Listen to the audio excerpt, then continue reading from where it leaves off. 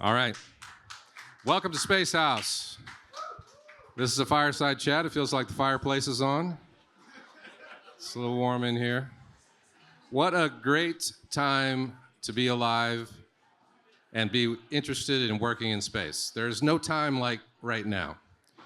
I've been in the business a long time, 42 years, and I've seen the industry evolve from mostly big government putting things in space, and getting to space in the early days required the resources and the capability of governments and big institutions like NASA.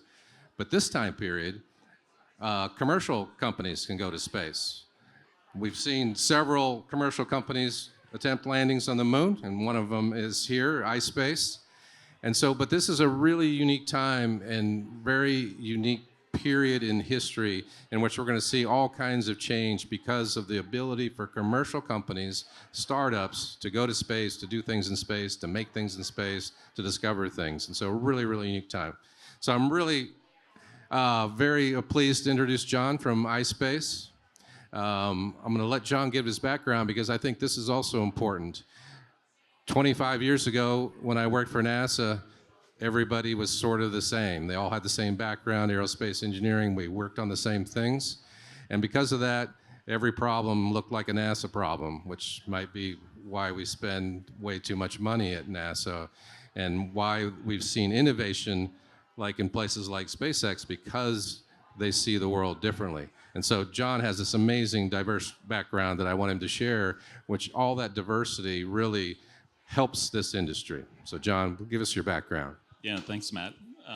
And thanks, Juice. Thanks, CZ Mastro. I had the privilege of working with CZ Mastro with two companies now, which I'll talk a little bit about, but also thanks by South by, not allowed to say South by Southwest. I'm a nerd if I say that, I'm told. But yeah, I started as a theater kid, and we're talking about the importance of STEM with the CEO of CZ Mastro earlier.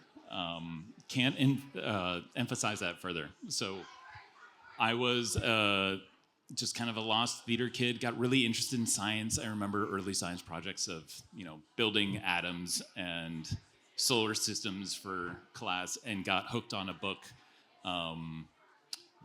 involving the Manhattan Project. And that's what got me into engineering. A lot of my experience comes from the Formula SAE organization, building Formula cars in college. That afforded me the opportunity to work at General Dynamics Electric Boat, building nuclear reactors for the nuclear navy. I was a radiation analyst for 6 years, working on the Virginia class, the Los Angeles class, the Columbia class, and the Gerald Ford class aircraft carriers. And that is what got me into project management at the end of the day. I was one of the few guys that knew how to run a schedule, turn a bolt, talk to the crew.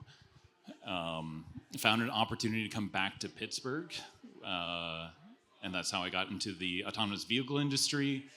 Saw an opportunity to get into space, which is kind of a personal passion of mine, with Astrobotic, and that was my introduction to the space industry, and therefore CLIPS. Just really exciting time. It's always felt like science fiction every day is what I've been telling people. I managed the Cube Rover project and the vertical solar array technology, which was working to make a 20-meter tall, or in freedom units, 60 feet about, solar panel on the moon for future permanent habitants. That's what afforded me the opportunity at ispace to lead the lander development with CLIPS, CP12, trying to further science on the commercial side of lunar exploration. Awesome. And for those who don't know, NASA has this program called CLIPS, and it's to fund commercial companies to deliver NASA science to the moon. So NASA has this philosophy, and they did the same thing with the space shuttle, and they're doing the same thing with the International Space Station, and they want to do the same thing on the moon, is where NASA doesn't want to own the infrastructure and the vehicle. They just want to buy the service. So they want to buy the service of getting to space. So now that's why they pay SpaceX and in the future Boeing or Aerospace to get astronauts and cargo to space, and they don't any longer own the infrastructure like they did with the shuttle. Same thing will happen with the ISS. When the ISS goes away, NASA will simply procure the service of space station. So the same thing is happening for the moon, and so ispace is one of those companies that has won the opportunity to fly NASA payloads. So John, you have your third mission coming up. So tell us about what are the objectives, where are you going on the moon, what's the timeline, what kind of NASA experiments you're flying? Sure. So the engineers get annoyed with me when I say this, but we are not, the purpose of this is not to design the lander. And my counterparts at Japan might be upset when I say that too. But the purpose is to deliver the science payloads for NASA at an affordable cost. So this lander, I will personally say, is one of the more ambitious CLIPS missions. This thing's a transformer at the end of the day. We're going to the far side of the moon. It's immensely challenging. We have 4 NASA payloads that are of top concern, or the purpose of the mission, sorry. So it is, and I'm going to script the acronym names, so I'm just going to say them out loud. There's 2 associated with the litmus, which is the lunar, what's I? Neil. Sorry. It's thermal and material suite. There's 2 science payloads associated with that. So one is a drill that had flown previously with the Firefly mission that was successfully. They were on the near side of the moon. We're going to the far side to do similar science and understand the regolith. The LTC version of that is a bunch of electrodes that are going to fire off, understand the thermal profile, the electromagnetic profile, just understand the surface composition of the regolith some more. So that's the 2 in the litmus suite. We have Lucy, which is a 7-meter tall, or about 23 feet tall antenna that's going to extend from the vertically on the lander and outboard on the lander. That's going to tell us about the electromagnetic spectrum, help us understand more about the solar wind at the moon. And finally, which is kind of the golden child, which is also the most difficult on the lander, which is called the Far Side Seismic Suite. And this is what's kind of cool for me, is that Apollo had observed seismic activity on the near side, and with some of the remote robots, differences on the far side, and they're trying to understand the difference between the 2. Our lander is going there specifically to understand that data and answer that question from the Apollo days. That's the fun side with the NASA side, which gets me really excited. We have some commercial opportunities as well. One is a onboard retroreflector. So for all you lunar landing deniers out there,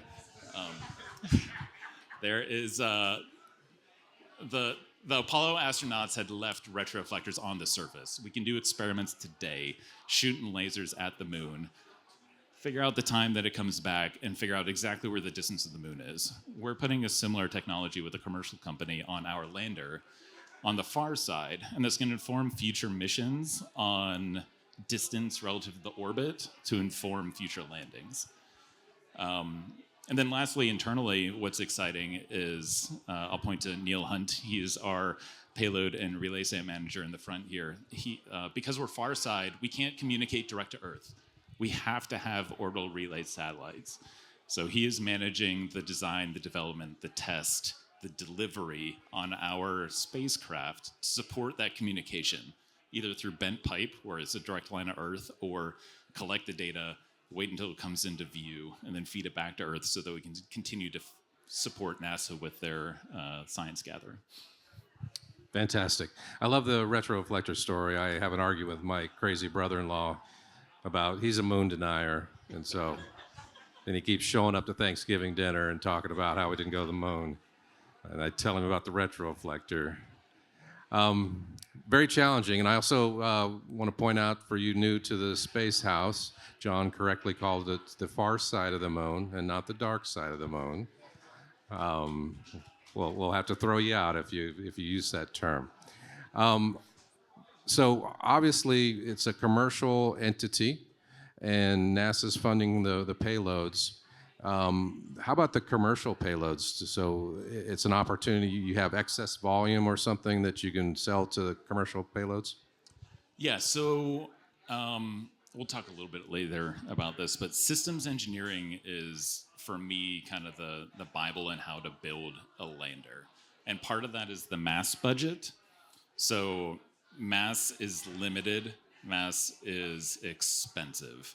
And when we design the spacecraft itself, that's one of the key parameters that we talk about, and negotiate with our customer, NASA in this case, on okay, we have, let's say, 5,500 kilograms to fly on the Falcon 9 rocket. How much of that is going to be allocated to our own commercial purposes?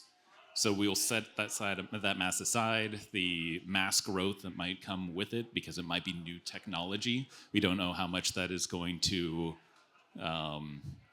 be beyond their estimates at the beginning of the program. And that's kind of the commercialization plan that NASA is supporting with the Commercial Lunar Payload Services Program. So not only are they funding this idea of affordable science gathering, but also the commercialization of the industry itself. So ispace has allocated some space.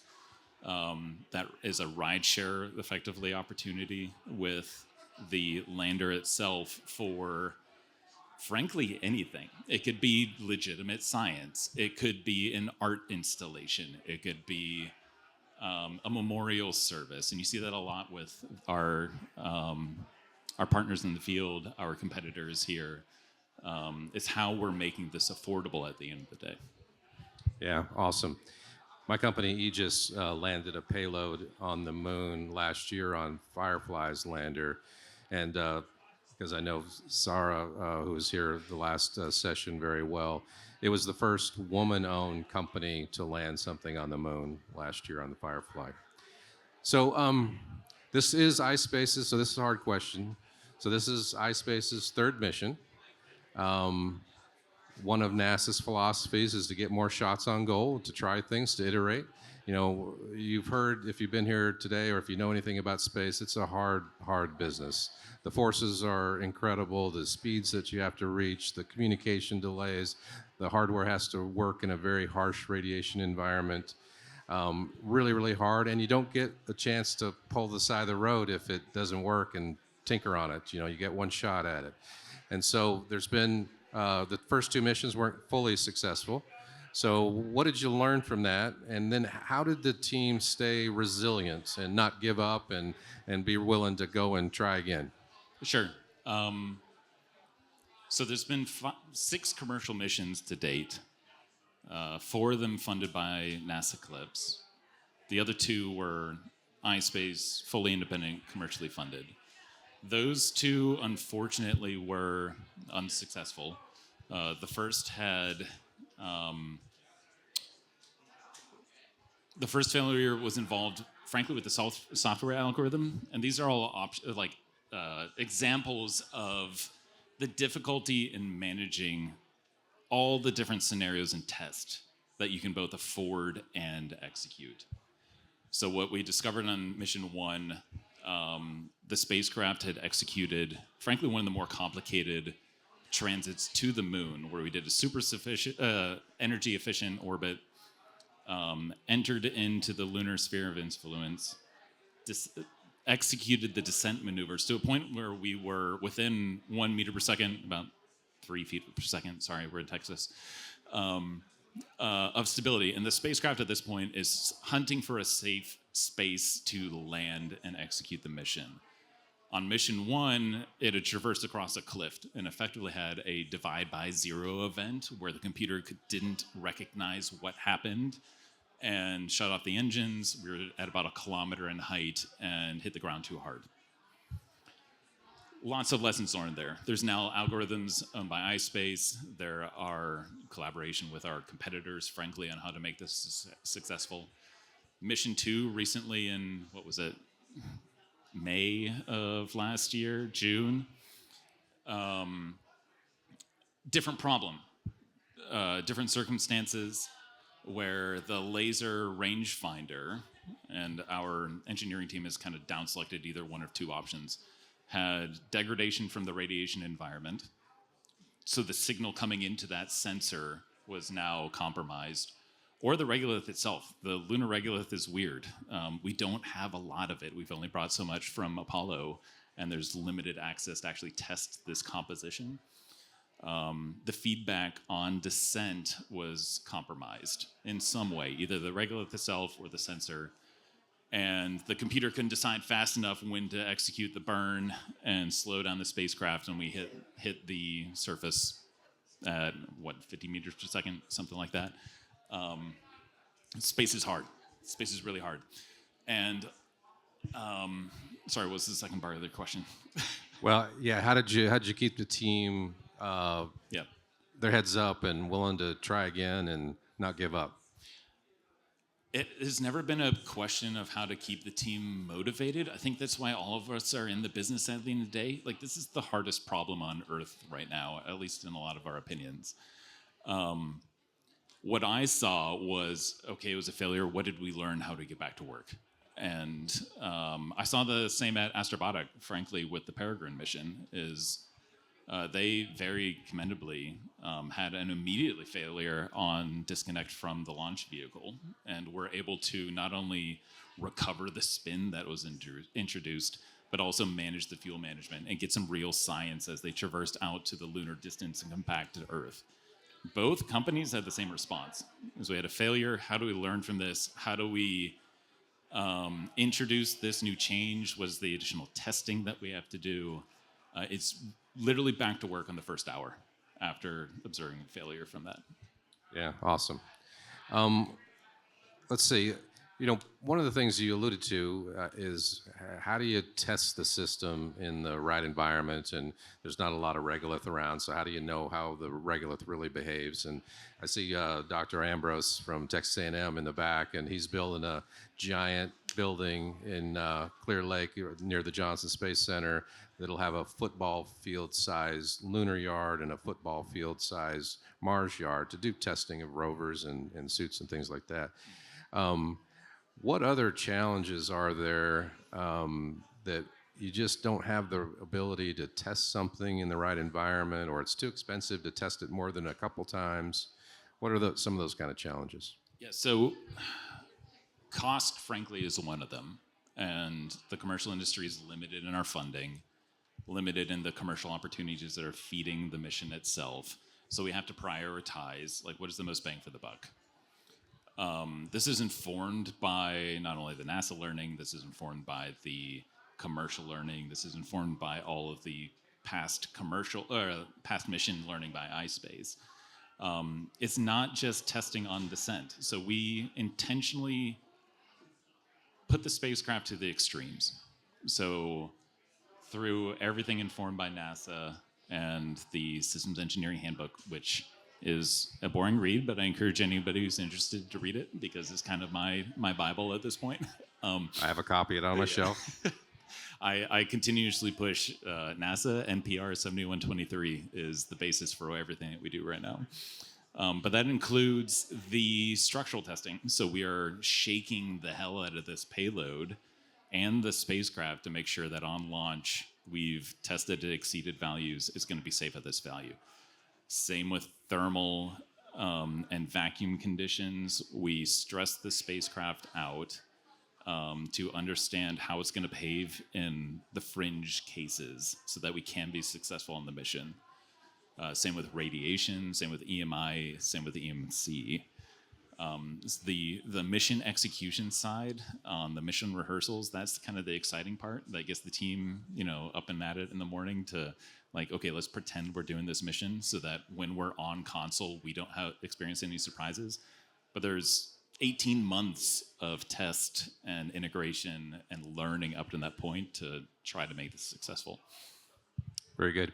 In an earlier panel, it was mentioned that the International Space Station celebrated its 25th year of continual human presence, which is pretty amazing. So if you're 25 years old or less, there's never been a day in which there weren't humans in space.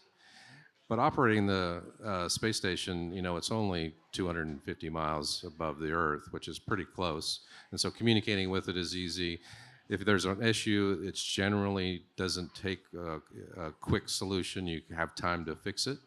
But one of the challenges going to the moon is that while we think that the speed of light is really fast, it can actually be annoyingly slow when you're trying to communicate with something that's even at 2 or 3 seconds away. So how much ability do your ground control team have to input something or make a change or input the health of the vehicle? I'll say that with our mission in particular, it's even further challenged in that we have that complication of being on the far side. So we're depending on that orbital asset, not only being positioned for the payload, but also to receive the signal from the payload, send it back to Earth. Our team on the ground then looks at the data, analyzes what the next option, and then feeds it back to the spacecraft to take action on it or diagnose. That's the routine side of it. And I think what impresses me the most is the ability for engineers to stand up to the environment at hand, that like critical design decision to keep the spacecraft alive. And I saw this both at ispace, I saw this at Astrobotic, where heroic attempts, frankly, were involved because of some anomaly that was outside the bounds of our test. Like, we can't test for literally everything. We'll never fly if we do. So yeah, I'd say that it's frustrating, but it's also accommodated because we understand that physics well in advance and use that to inform what our testing is going to be. Awesome. So what are ispace's long-term aspirations?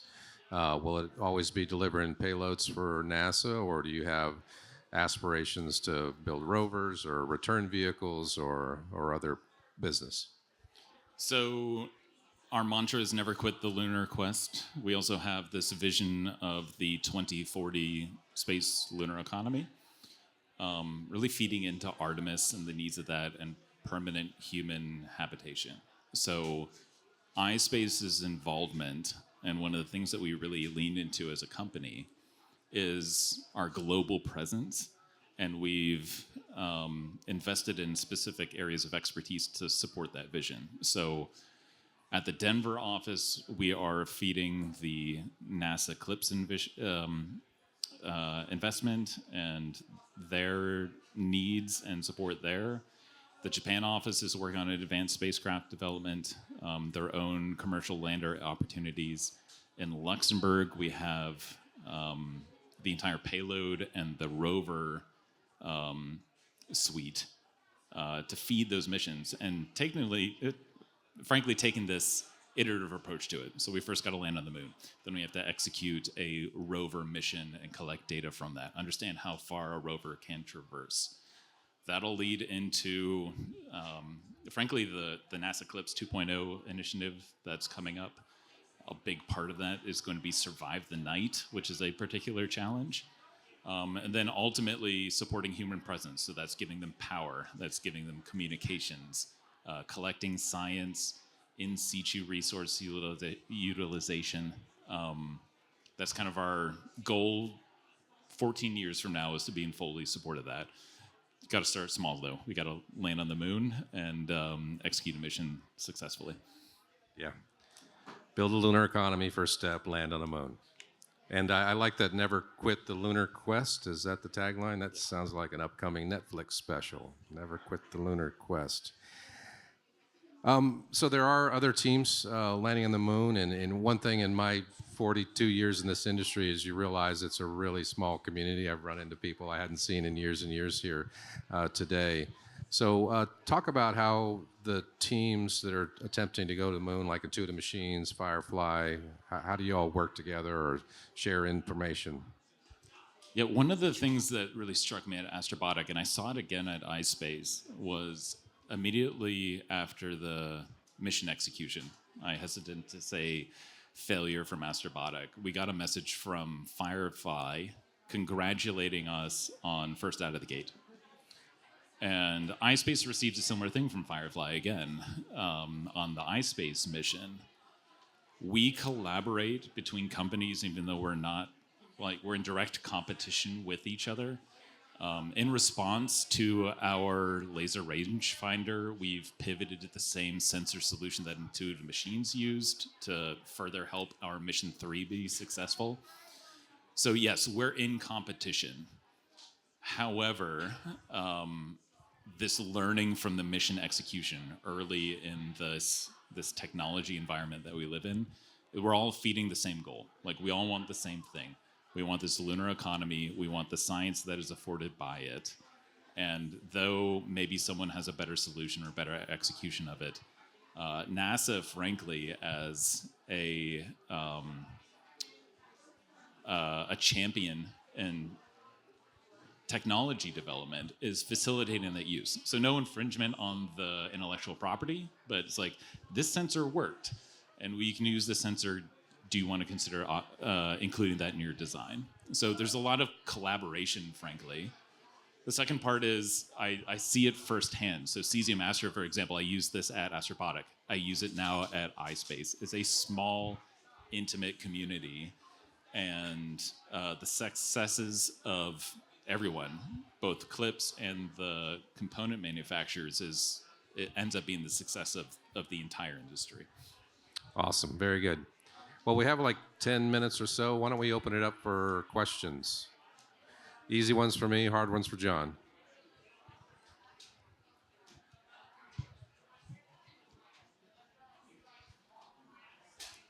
John, what commercial markets does iSpace see for the future? I might be the wrong guy to ask that. So I'm going to throw the program manager hat on, and that I'm solely focused on the execution of CP12 for NASA. However, you can see in the news, you can see the global presence from iSpace itself. So our retroreflector is a European provider. We have rover opportunities that are domestic. What iSpace is pursuing is, again, feeding that 2040 vision and the associated companies with it. So that's everything from lunar infrastructure with our European counterparts, and the lander side through NASA and the Japanese government with that technology. So if there's payload available, like, we're kind of open business to manifest it and fly it. Does that answer the question? Yeah. You know, one I know there's a couple companies working on is harvesting helium-3. You know, helium-3 is not really produced on the Earth. We have a secure stockpile of it that we held for years and years, but now it has applications in quantum computing. So there's folks trying to figure out how to do that. What I would tell people, so previous to this, I was at Axiom Space building a commercial space station, and we knew that winning NASA future work was a good business, but what made it a venture business was making things in space. And as humans, every great city is around some natural resource. It's on a fresh, a protected harbor, it's on a major river, it's near a fertile plain. So as humans, we will continue to build infrastructure in cities where there's resources, and there's lots of resources on the moon. So the future is going to be building places on the moon to take advantage of those resources. I'm a new kid, so that topic in particular is like super exciting for me. Me too.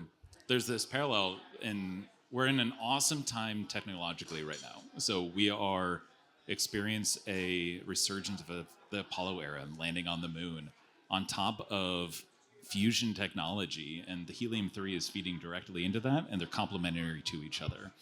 That's why I say it's like living in science fiction every day. I never thought that I'd be working on regolith resource utilization, turning that asset into rocket fuel to be better efficient to reach later planets, or harvesting helium-3, bringing it back to Earth because that's where it exists, so that we have this efficient means of power generation.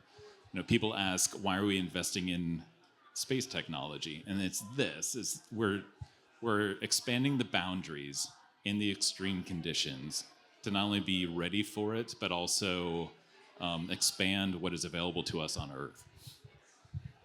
Yep, awesome. Got a question back there too. Me? Yeah. So just a question: if Blue Moon or Starship are successful, how do you see iSpace being able to compete? Being that they may have a larger payload ability to the moon. This goes a little bit outside the bounds of my expertise again, but Blue Moon and Starship are massive. And like I said before, mass is dollars. So those are going to be trying to, I think one of our speakers had spoken to this a little bit. You want to optimize that space. You want to optimize that mass. Those are going to be for the high value assets that are confidently landing. It could be human. It could be a massive structure. At least in the interim and the near term for iSpace, we're still going to need that science. We need to find the sites of interest. We need a heavy lander or even a small lander like the Mission 1 and Mission 2 to put those smaller science payloads at an affordable rate. So I think they complement each other, honestly. They each have their purpose, and it depends on the level of investment, the purpose of the mission, and the confidence, frankly, in landing. Yeah, and it's probably just like here, where not only do you have a 2-mile-long train to transport things or a giant ship, but you still need the delivery truck too. And actually, I think a Starship might actually be full of lots of landers, right? So you could deliver lots of landers to different places. You could put a communication constellation. So I think all launch capability is the biggest thing that we have to reduce price on and get more effective at.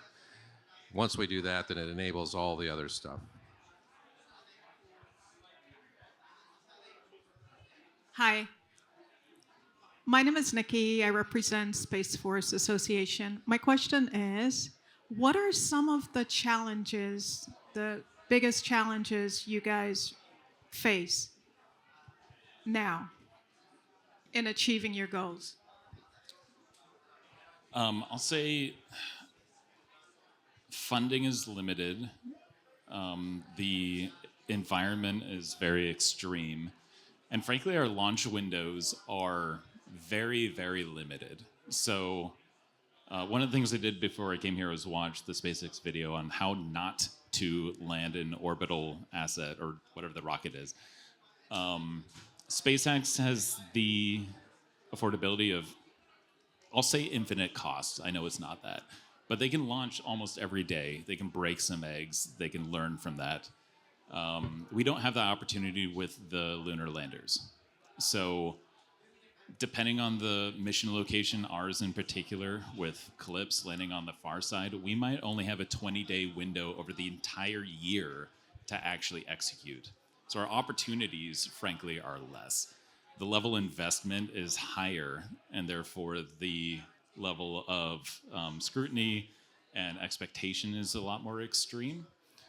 So all of those compound on each other on making it difficult to actually make this successful. It means we have to invest longer in test. We have to invest longer in the confidence in the design instead of just wasting, frankly, our investor dollars and smashing into the moon. Like, nobody wants that. We're learning along the way. But because we're so limited in opportunity, it ends up being a challenge, both in terms of investment, timing, and the amount that we can learn mission to mission. Yeah, and I just add, I think John hit it. The environment's so extreme, and our ability to test to that environment doesn't always exist. So you have to experience it for the first time when you've launched the mission. I'll give you another analogy, though, and this is about human health. So we really don't have hardly any data on human health when you think about comparing it to any other thing. So a particular drug is released. The phase 3 trial has 10,000 people that are part of that phase 3 trial. So we end up learning a lot about how that particular drug affects the population. But if you look at space, there have been 600 people, 614 people that have made it to space. Of those, maybe 150 were long duration missions. And almost all of those were highly selected, highly trained people. They're not really the average folks. So our data set, our ability to understand how humans behave in space or the effects of space are very, very limited. And then when you go beyond Earth orbit, that number is very, very small, right? It's 18. And that environment is much harsher. You get beyond the Van Allen radiation belts, the radiation environment is much different. So the one challenge, my point is that to send humans much farther than low Earth orbit, we really just barely understand the effects that space has on people. Hi. I said the other challenge, because you brought up Space Force, and we do have adversaries in space, and I think another challenge is our ability to move fast, to get to orbit when we need to. You know, for most people that are trying to experiment something, or we fly payloads for the Space Force that are experiments, our ability to get to orbit is relatively limited. We can't fly every day. We can't fly every year sometimes. So getting that speed of iteration is going to be important. And that's a very good point. So I think my next question is going to be along your collaboration. So how do you technically work with even your competitors at this point, because you're going into space now? And so I highly suggest collaboration between the two, or between your competitors and yourself, to be able to collaborate exactly on what you're going in for. And that way we're able to achieve the goals overall that as a society we're looking for you to achieve, right? So I guess the question is, how are you working with and collaborating with those partners to be able to do just that? Yeah, my response would be that we already are. I know that we are in direct conversations with Astrobotic, Intuitive Machines, Firefly. It's not just that level of gratitude post-mission on, hey, you made it, good job, buddy. The challenge is intellectual property. Like, we have to respect that we're independent companies, we're all in competition with each other. Where we can share is that data gathering on mission, the performance of specific sensors, not necessarily the algorithm that executed that sensor. But I would argue that there is a lot of collaboration. You see that in the employees as they move from industry to industry. I mean, I brought learning from Astrobotic. I've seen ispace bring learning to Intuitive Machines, for example. So yes, we're all aiming towards the same goal at the end of the day. And where mission failures by any company, be it Intuitive Machines, iSpace, Astrobotic, et cetera, that's informing the industry, and we share that information. NASA is facilitating that sharing of information without, infringing on intellectual property. And I don't know that that's really seen by the public too much. There's a lot of collaboration, not only at the lander level, but also at the component level. Everyone is all focused on the same thing, the future lunar economy. Yeah, some of that is you just need to, because it requires a lot of different kinds of expertise, and you may just don't have a particular expertise. And so, we have lots of partners, and some are suppliers traditionally, where you go buy that supply, but many are partners. I'll give you an example. So I got to talk about this because we're in the great state of Texas. Texas is really leaning forward in space. The Texas legislature approved $300 million to invest in space this last session, $300 million before the session. That big giant building that Dr. Ambrose is building is funded through part of that. And what we've recognized is that we need to work together. We need to invest in space. We need to figure out what does everybody need and try to provide that sort of thing. Okay, I'm getting the wrap-up signal. Well, again, I'd close with thank you so much for John and iSpace, and good luck on iSpace. Remind me again the date that you're shooting for. Right now, no earlier than 2027. Okay, so we'll be rooting for you. Well, thank you all, and thanks to Cesium for the sponsorship.